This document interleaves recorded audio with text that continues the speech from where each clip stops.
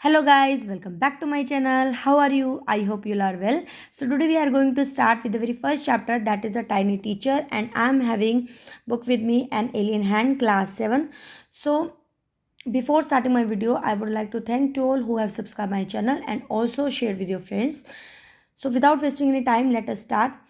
The chapter is the tiny teacher. Tiny teacher क्या है? Small teacher, मतलब teacher क्या होता है? एक ऐसा पर्सन जो हमें सिखाता है. लेकिन यहाँ पे टीचर पर्सन नहीं है. यहाँ पे जो चैप्टर में टीचर एक एंट है. ठीक है, तो वो टाइनी है बट पावरफुल इंसेक्ट है. और ये मतलब लेसन में बताता है कि डिफरेंट काइंड ऑफ के एंट्स के बारे में, उनके होम्स के बारे में, और जैसे वो लाइफ है, जैसे वर्क है, वो एक दूसरे के साथ करती हैं. और हमें ये भी बताता है कि हमें मतलब कि हार्ड वर्किंग और जो इंटेलिजेंट क्वालिटीज़ हैं वो हमें इसमें चैप्टर में देखने को मिलती हैं. ठीक है, कि we can also learn from them. So let us start. तो एक बार ये आउटलाइंस देख लेते हैं. Though so very small, the ant is unbelievably intelligent and hard working. ठीक है, दो मतलब क्या होता है? दो मतलब कि हालांकि वो बहुत छोटी होती है, लेकिन वो मतलब कि विश्वास नहीं कर सकते कि वो बहुत इंटेलिजेंट और हार्ड वर्किंग भी होती है. Among the various kinds the commonest and is black और रेड. ठीक है, बहुत सारी टाइप्स होती हैं, लेकिन जिसमें सबसे ज़्यादा कॉमन क्या है? ब्लैक और रेड होती है. Ants live in comfortable homes called ant hills. ठीक है, जो एंट्स रहती हैं वहाँ पे उसके होम्स को क्या बोलते हैं? हम एंट हिल्स बोलते हैं. तो फर्स्ट लाइन क्या है? Name the smallest insect you have seen and the wisest. Is it the fly? No, it is not. Is it the mosquito? Not the mosquito. Then it must be the worm. No, none of these. It is the ant, the commonest, the smallest, but the wisest insect. The story of an ant life sounds almost untrue, but people have kept ants as pets and have watched their daily behavior closely. So we know a number of facts about this tiny, hardworking, and intelligent creature. तो मैं आपको एक बार translation में बता देती हूँ कि क्या आपने किसी एक छोटे इंसेक्ट को देखा है जो बहुत ज़्यादा बुद्धिमान भी है, छोटा भी है? क्या वो फ्लाई है? नहीं, वो फ्लाई नहीं है. क्या वो मॉस्किटो है? नहीं, मॉस्किटो नहीं है. क्या वो मतलब वो वोम होगा? नहीं, ऐसा इनमें से कोई नहीं है. वो एंट है, चींटी है, जो सबसे आम है, सबसे छोटी है, लेकिन सबसे ज़्यादा बुद्धिमान है. जो एंट की लाइफ की जो स्टोरी है वो मतलब सच प्रतीत नहीं होती है, बट लोगों ने उसे ऐसे पेट भी रखा हुआ. और अब अगर हम उनके डेली बिहेवियर को ध्यान से देखें तो हमें बहुत सारे फैक्ट्स के बारे में पता चलेगा कि वो टाइनी भी होती है, स्मॉल भी होती है, मेहनती भी होती है और बुद्धिमान क्रिएचर भी है. Okay, an ant uses its feelers or antenna to talk to other ants by passing messages through them. Watch a row of ants moving up or down the wall. Each ant greets all the other, coming from the opposite direction by touching their feelers. जितनी भी एंट होती है, जैसे picture में आप देख रहे हो, तो वो अपने फीलर्स क्या होते हैं? जो ऐसा ऑर्गन होता है, उनके बॉडी का पार्ट होता है, पंख आप लाइक बोल सकते हो या एंटीना भी बोल सकते हो, जो अपने मतलब कि मैसेज जैसे उनको बात करनी है, कोई मैसेज पास किससे करते हैं? वो फीलर एंटीना के थ्रू करती हैं वो. आप मतलब किसी भी एंट की रो को जाते हुए देखो आप, ऊपर की तरफ, नीचे की तरफ, वॉल पे, तो जो जितनी भी चींटियाँ होती हैं वो सभी आपस में एक दूसरे को विश, जैसे ये आप पिक्चर में देखो ना, ये इस साइड से आ रहे हैं, इस साइड से, तो अपोजिट डायरेक्शन होगी ना, तो वो अपने फीलर्स को टच करके, जैसे ये आपस में ये फीलर्स हैं ना इनके, इनको टच करके वो आपस में एक दूसरे को क्या करती हैं? विश करती हैं. ठीक है, नेक्स्ट क्या है? There are many kinds of ants. The commonest among them are the black और red ones. We have seen them since we were children but have not paid enough attention them. Where do they live? In their comfortable homes called nests or anthills. Each has hundreds of little rooms and passages. In some of these rooms, the queen ant lay eggs, and others are nursery for the young ones called grubs. Workers have their reserved quarters. तो हमारे पास बहुत प्रकार की चींटियाँ होती हैं. तो सबसे आम चींटी होती है वो ब्लैक और रेड कलर की होती हैं, और हमने उनको बचपन से ही देखा है, पर लेकिन कभी उन पर ध्यान नहीं दिया कि वो कहाँ रहती हैं. वो कहाँ रहती हैं? वो कंफर्टेबल जो आरामदायक घर होते हैं उनके नेस्ट में रहती हैं, घोंसलों में रहती हैं, एंटल्स में रहती हैं, कर्व्ड शेप के होते हैं जो, और उनमें सभी में 100 छोटे रूम्स और पैसेज होते, रास्ते होते हैं. तो उनमें जो रूम्स होते हैं उसमें जो क्वीन एंट होती है, जो रानी चींटी होती है, वो अपने एग देती है. और जो दूसरे जो होते हैं ना, वो नर्सरीज होते हैं जहाँ पे मतलब कि बेबीज़ को रखते हैं, यंग वंस होते हैं उनके एंट के बेबी को हम बोलते हैं ग्रब्स. ठीक है, जो वर्कर्स होते हैं उनमें उनके अपने रिजर्व्ड क्वार्टर्स होते हैं, मतलब कि जो रिजर्व्ड क्वार्टर्स का मतलब कि उनके रूम ऑलरेडी बुकड होते हैं. They spend most of the time searching of food. Some room serves as store house for this food. Soldiers have separate barracks. No worker has ever tried to live in a soldier house. No soldiers has ever gone out searching for food. No worker or soldier or cleaner has ever harmed a grub. So you see, an ant life is very peaceful. Each does its share of work intelligently and bravely and never fights with other members of the group.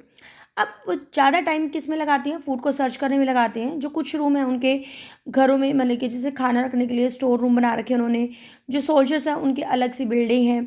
जो workers हैं वो कभी soldier के घर में नहीं जाते. जो सोल्जर है वो कभी फूड के लिए नहीं जाते. तो नो वर्कर सोल्जर कभी क्लीनर है, आपस में कभी किसी के ग्रुप को भी हार्म नहीं करते, किसी भी एंट के बेबी को हार्म नहीं करते. तो आपने देखा कि एंट की लाइफ कितनी पीसफुल होती है. हर कोई अपना काम बड़े इंटेलिजेंटली, बड़े ही ब्रेवली करते हैं. कभी भी वो किसी से फाइट नहीं करते अपने ग्रुप में. तो ये फर्स्ट पार्ट है हमारा. सेकंड पार्ट में क्या है हमारा कि इन वट वेज एंड, ये क्वेश्चन है, मतलब कि सॉरी यहाँ से, the queen ant has a pair of wings. जो क्वीन एंट होती है उसके बहुत सारे विंग्स होते हैं जिनको वो मतलब उतार देती है before she begins to lay egg. Egg देने से पहले egg hatch and become grub. Egg होता है मतलब कि एग ब्रेक होने के बाद ग्रब बन जाता है. ग्रब चेंज कोकुन्स में हो जाता है. कोकुन्स ब्रेक होने के बाद कंप्लीट एंट बन जाता है. The life of an ordinary ant is ant hill is a book which many of us seldom open.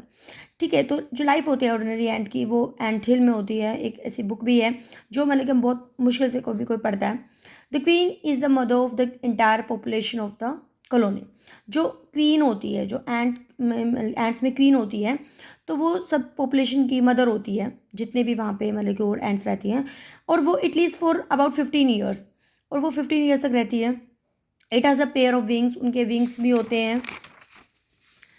But bytes them of after it's wedding flight. लेकिन जैसे वो वेडिंग फ्लाइट करती हैं तो उस टाइम वो उनको रिमूव कर देती हैं. This flight takes place on a hot summer day. और जो फ्लाइट करती हैं, वेडिंग फ्लाइट होती है इनकी, वो समर डेज में होती है, हॉट टाइम में होती है. The queen leaves the nest. The queen अपना नेस्ट लीव कर देती है and goes out to meet a male ant. और जो क्वीन होती है वो क्या करती है, मेल एंट को मिलने के लिए जाती है. और ड्रोन, ये मेल एंट को बोलते हैं, high up in the air.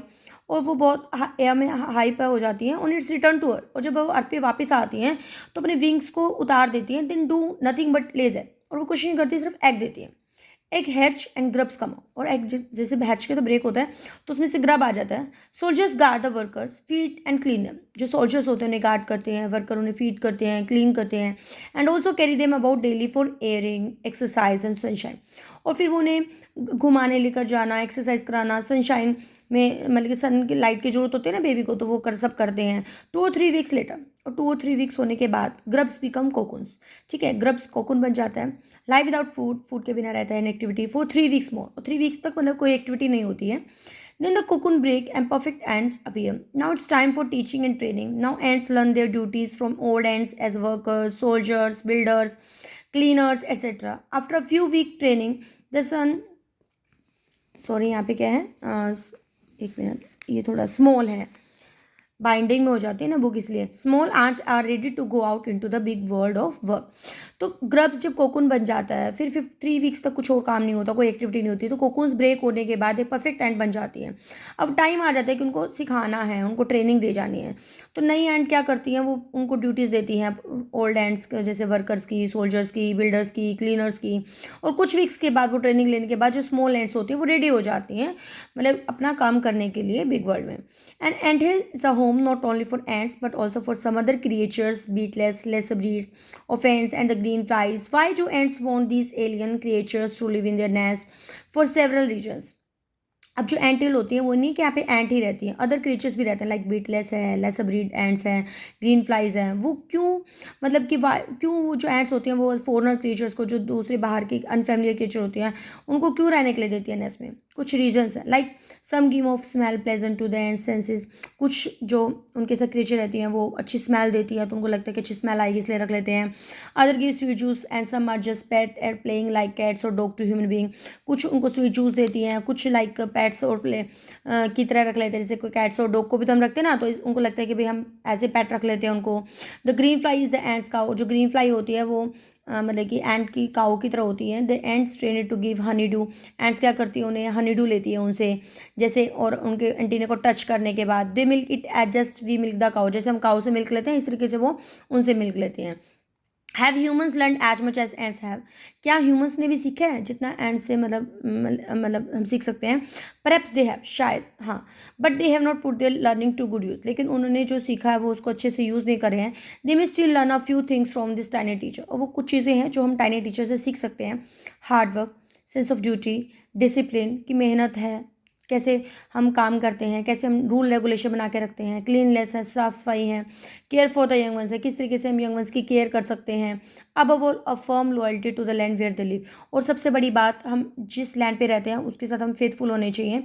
ये सब हम टाइनी टीचर से सीखते हैं, और यही मोरल ऑफ द स्टोरी है। इन लाइन लास्ट के 2 लाइन्स में ही इस चैप्टर का मोरल भी है कि हम जो एंट है उसके लाइफ से हम जो मतलब डिसिप्लिन है, सेंस ऑफ ड्यूटी है, हार्ड वर्क है, लॉयल्टी है, ठीक है, केयर फॉर यंग वंस, हम ये सब सीखते हैं।